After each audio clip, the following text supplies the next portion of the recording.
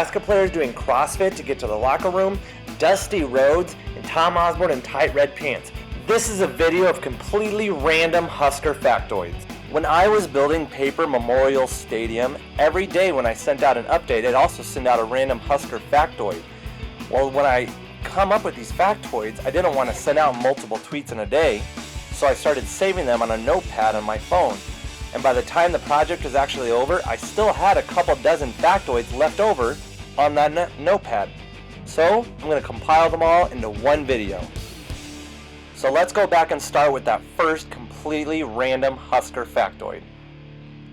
Memorial Stadium was close to being named Rhodes Stadium. The first plans to build a permanent football stadium began taking serious shape in 1920. The original idea was for a combination football stadium / basketball arena with a war museum and assembly hall for veteran gatherings. It would be named in honor of Roscoe Dusty Rhodes. American dream. No, not that Dusty Rhodes. A Husker letterman who died in France during World War I. The fundraising efforts for the massive athletic complex met many obstacles, such as a struggling economy, political opposition, and lack of support from local banks. The fundraiser was completely terminated in 1921. In 1921 and 1922, the Huskers posted back-to-back conference championships 7-1 seasons. This included a massive victory over Knute Rockne's Notre Dame squad that was in the middle of a 17-game unbeaten streak. Enthusiasm for football was at an all-time high. Rather than building an entire athletic complex, NU scaled back the plans to simply building a football stadium to house the Huskers. $430,000 was raised in 6 months. The obstacles that ended the 1920 funding campaign were bypassed since the bank needed no public funding or bank financing. The last two factoids have explained how the Memorial Stadium project went from a massive athletic complex for football and basketball to just a football stadium.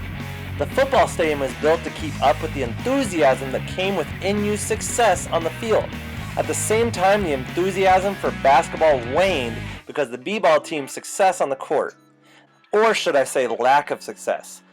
Though the basketball team was the more successful team on campus during the original plans, by the time fundraising resumed in 1922, the football team was coming off 2 successful 7-1 seasons. At the same time, the basketball team struggled going 8-9 and 9-12. This explains why Nebraskans were so willing to put the basketball arena on the back burner and build a football stadium. The Nebraska Coliseum was eventually built a few days later in 1926. Did you buy cigarettes in this state in the 1970s? Well, if lung disease didn't kill you, you had the benefit of knowing that you helped build the Devaney Center. Bob Devaney, who served as the athletic director as well as the coach at the time, persuaded the state legislature to approve a cigarette tax that paid for the construction. In the early days of college football, teams were usually coached by professors who were given the coaching duties as part of their professional responsibilities. After Walter Booth led NU to back-to-back undefeated seasons in 1902 and 1903, he became the highest paid professor on campus with a salary of $2,000. George Flippin became Nebraska's first black player in NU's second season, 1891. He served as Nebraska's first black captain in 1893. By contrast, Alabama was the last major college football team to allow a black player in 1970, 80 years after Flippin. That being said, there was a 25-year stretch where NU didn't have a black player from 1913 to 1938. From 1915 to 1920, Notre Dame traveled to Lincoln 6 years in a row to play Nebraska. NU wanted to play Notre Dame to prove their legitimacy, so they got Notre Dame to come to Lincoln by agreeing to split the gate money with them. Since NU could draw 5 times more fans than the Irish could in South Bend, Notre Dame was more than willing to come to Lincoln for the payday. The 11-year-long Nebraska-Notre Dame series played a huge role in Nebraska establishing itself as a college football blue blood. In 1921, Nebraska started making alternating trips to Notre Dame up until 1925. Notre Dame ended the rivalry with NU winning 3 of the last 4 years. The first time Memorial Stadium drew over 30,000 fans, it was to see Nebraska beat Notre Dame's famous Four Horsemen. More of the Nebraska-Notre Dame connection. Nebraska once tried to hire Knute Rockne away from Notre Dame by offering him $7,500 salary in 1929. Rockne turned down the job, but recommended NU consider DX Bible. NU hired Bible and went on to win 6 conference titles in 8 years in Nebraska. In his final season in Nebraska, Bible was the 3rd highest paid coach of the country at $10,000 a year. Until the 1950s, it was common for Nebraska's roster to be made up entirely of kids from the state of Nebraska. In fact, the 1941 Rose Bowl team had 0 players from outside Nebraska. In 1942, with World War II going on, Nebraska's most fit sons were being sent off to war. The football team was left over with the scraps, kids who for one reason or another were not fit for military duty. This reflected on the field as Nebraska didn't have a 500 season from 1941 to 1949. Though this happened to major universities all over the country, it didn't affect teams like Army, Navy, Michigan, Texas, Oklahoma, and Ohio State that had military training academies, or schools like Notre Dame that could recruit nationally. Nebraska was one of the last major programs to start offering scholarships when Fran Nagel from Massachusetts accepted a scholarship in 1949. Up until the 1950s, NU's teams were made up almost entirely of Nebraska kids who paid their own way to get to school. Before Husker Power introduced barbells and dumbbells in strength and conditioning, Coach Bill Glassford used to condition Husker players by moving locker rooms to the 2nd story of a barn and making athletes climb monkey bars and ropes to get to their lockers.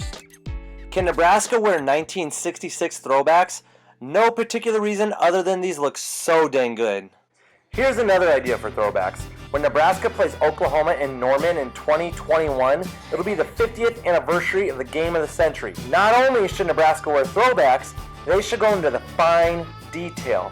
You see, in 1971, some players had jerseys without stripes because they wore tearaway jerseys. There were also some players that still had NU stickers on their helmet rather than just the N. Adidas and Nebraska should take the time to look back on that 1971 game and match up the players who had no shoulder stripes, who had stripes, who had NU stickers, and who didn't have NU stickers. In other words, whoever wears number 20 will not have stripes on their throwback jersey, while number 78 will have stripes on their throwback jersey. And whoever wears number 51 in 2021 will have an NU on their helmet, while number 45 will just have the classic N. Now, as to the history of why some of the players had stripes and some of them didn't, it's because the players without stripes had tearaway jerseys. Tearaway jerseys weren't much more than a cotton t-shirt. They would rip really easily and make it harder for an opposing player to grab the jersey and prevent the ball carrier from being tackled unless the defender wrapped up. The players with tearaway jerseys would get a new jersey almost every game, hence why they didn't bother adorning them with anything more than a number. Players who weren't expected to carry the ball, like linemen and defenders, were given durable jerseys that lasted the entire seasons. That's why they had some decorative features like shoulder stripes. Between 1969 and 1970 season, Nebraska switched from having NU on the helmet to simply the iconic N, and the helmet has looked the same ever since then. Dropping the U happened by mistake. The story goes that just before the 1970 season started, they simply didn't have enough U stickers. The equipment manager only slapped the N on the helmets that needed new stickers. Instead of going through and removing all the U's from the helmets that didn't need new stickers, they left them on and gradually phased them out. If you watch footage from 1970 and 1971 season, you can spot at players who still have the NU on their helmet. More random facts. Nebraska was the first team to make the transition from AstroTurf to Field Turf in 1999. They made that decision when Tom Osborne traveled to the turf representative, and the turf representative was talking about how great this new turf is and how innovative it is, and going on and on. And Osborne said, "All right, that's enough. Just show me the good turf." And the representative said, "You're standing on it." Osborne was sold right there, and he made it happen for the university.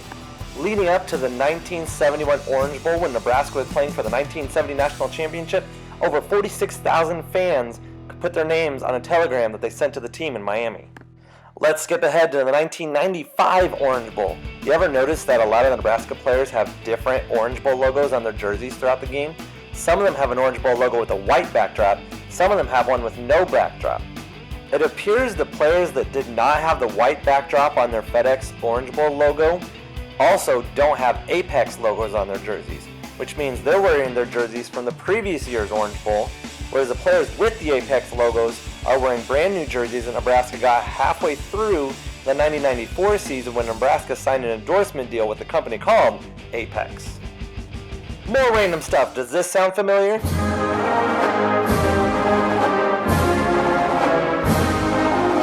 Nope, that's not There Is No Place Like Nebraska. That's We Are the Boys of Old Florida. We Are the Boys of Old Florida is practically a twin brother to Dear Old Nebraska U. Their lyrics and tune are almost identical.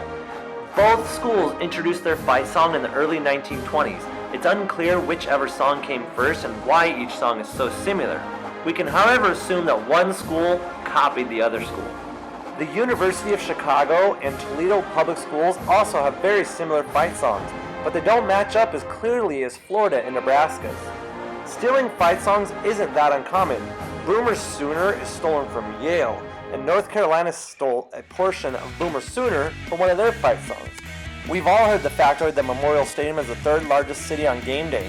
Something to add to that, present-day Memorial Stadium holds more people than the population of the city of Lincoln when Memorial Stadium opened in 1923. Earlier I mentioned how Nebraska signed an endorsement deal with a company named Apex in the 1994 season. Well, that company went bankrupt in the middle of the 1995 season. That's when Nebraska signed with Adidas, and they've been with Adidas ever since then. Though Nebraska's uniforms have seen subtle changes through the years, for example the stripes going on and off the pants, the classic look of red jerseys with white pants and white jerseys with red pants has been tradition since 1963. Nebraska has broken from tradition and worn white on white on several occasions. Since 1963, they've only worn red jerseys and red pants 3 times. 1986 Oklahoma, 2012 against Wisconsin, and 2014 against Illinois. And if you really want to break it down, 2012 and 2014 were alternate uniforms. 1986 is the only time Nebraska has worn their traditional red pants with their traditional red jersey, though some recruits coming in might have something to say about that in the future. Earlier I talked about how Nebraska's helmet has looked the same since 1970. There is one exception. The only change came when NU switched from a gray face mask to a red face mask. When face masks were first introduced, choosing a color wasn't even an option, as the only option was gray. So for decades, every single team, high school to the NFL, wore gray. It wasn't until the late 70s that companies started offering colors. Nebraska played the 1981 season with gray face masks and first wore a red face mask at the end of the season during the 1982 Orange Bowl. Final factoid. As I just said, Nebraska's helmets have remained untouched since 1970. The only other schools that can make that claim are Michigan, Ohio State, Oklahoma, Alabama, Auburn, Tennessee, and Notre Dame. And Alabama is the only school in major college football that hasn't touched a single element of their helmets. No face mask changes, no one-off alternates. Unless you want to count the very subtle houndstooth print they did on their stripe for one game. And that is all of the Husker factoids I had left over on my phone. Before I go, I want to give a big shout out to one of my main sources of information. They're not an advertiser. I don't even know the people that run this. I just love this website, huskermax.com. Michael Scott once said, when I discovered YouTube, I didn't work for 5 days. Well, when I discovered Husker Max, I didn't work for 28 days. And then again for 7 days. I will end this video with another Michael Scott reference. Like I always do, I will catch you on the flippity flip. Oh, and here's a bonus picture.